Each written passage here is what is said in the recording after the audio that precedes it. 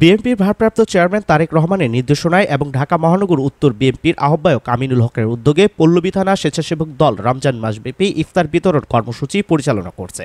এই কর্মসূচির আওতায় প্রতিদিন অসহায় ও পথচারী মানুষের মাঝে ইফতার বিতরণ করা হচ্ছে।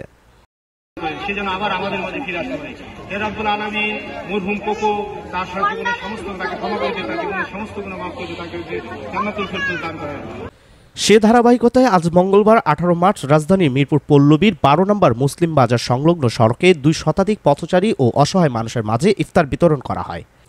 ইফতার বিতরণ কর্মসূচিতে উপস্থিত ছিলেন ঢাকা মহানগর পশ্চিমের প্রতিষ্ঠাতা সাংগঠনিক সম্পাদক মোহাম্মদ মাসুদুর রহমান খান মাসুদ, সাবেক সভাপতি 91 নং ওয়ার্ড ছাত্রদল দিদার মুক্তাদির, সাবেক ছাত্রনেতা পল্লবী থানা মোহাম্মদ উজ্জ্বল, সাবেক সহসভাপতি 2 নং ওয়ার্ড ছাত্রদল মোহাম্মদ শাহাবুদ্দিন, সাবেক ছাত্রনেতা পল্লবী থানা মোহাম্মদ জাহাঙ্গীর, স্বেচ্ছাসেবক দল নেতা পল্লবী থানা মোহাম্মদ মিঠু, 91 নং ওয়ার্ড স্বেচ্ছাসেবক দল নেতা মোহাম্মদ সানজিব, সাবেক আহ্বায়ক 2 নং ওয়ার্ড স্বেচ্ছাসেবক দল মোহাম্মদ খালেক, সাবেক ছাত্র বিষয়ক সম্পাদক 5 নম্বর ওয়ার্ড হানিফ হাওলাদার, সাবেক সহসভাপতি 2 নম্বর ওয়ার্ড ছাত্রদল মোহাম্মদ জহিরুল ইসলাম এবং 2 নম্বর ওয়ার্ড স্বেচ্ছাসেবক দল নেতা মোহাম্মদ সোহেল।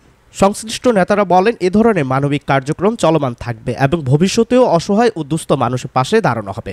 রমজান মাসের বাকি দিনগুলোতেও এভাবে ইফতার বিতরণ কর্মসূচি অব্যাহত থাকবে বলে জানান তারা।